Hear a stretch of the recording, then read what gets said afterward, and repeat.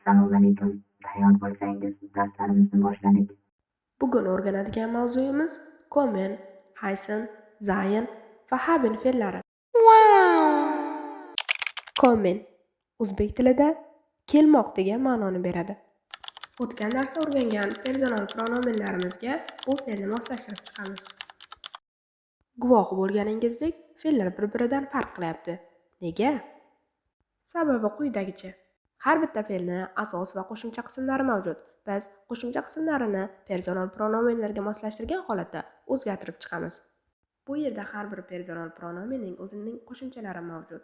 Ichniki duniki st, erzi estiki t, virdiki n, irdiki t, ziniki n va keyingi ziniki ham n. Masalan quyidagicha: Ich komme, du kommst, es kommt, wir kommen, kommt, sie va sie kommen. Keyingi fe'limiz heißen. Bu ham xuddi kommen fe'li singari tutlanadi. Ich heiße, du heißt, sie es heißt, wir heißen, heißt, sie heißen, sie heißen. Qiziq, nega du heißt bilan sie es heißt ikkalasi o'xshash? Sababi bu yerda doppel s, ya'ni ikkita s harfidan tashkil topgan harf mavjud.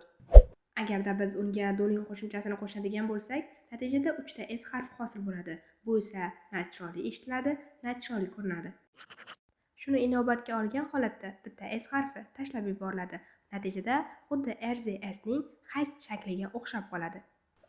Wow! Eng mashhur fe'llarimiz haben va sein va shu bilan birgalikda eng ko'p chalkashtiradigan fe'llar. Haben ega bo'lmoq, bor bo'lmoq degan ma'noni anglatadi. Masalan, mening ustozim bor. Ich habe einen Lehrer. Agarda o'sha o'qituvchi siz o'zingiz bo'lsangiz, unda sein fe'lidan foydalanamiz, ya'ni bo'lmoq, man. Demak, sizda nimadir mavjud bo'lsa, u holda haben fe'lidan.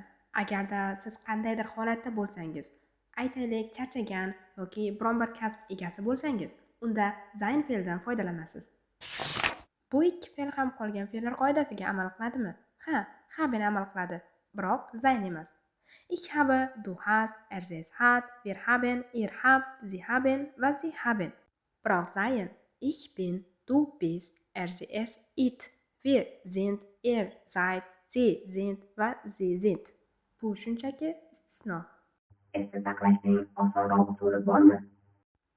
Ha, albatta. Ko'proq mashq qilib yodlash kerak. Oh my god! Shu bilan darsimiz tamom. Keyingi darslarda ko'rishguncha, xayr. Chusi!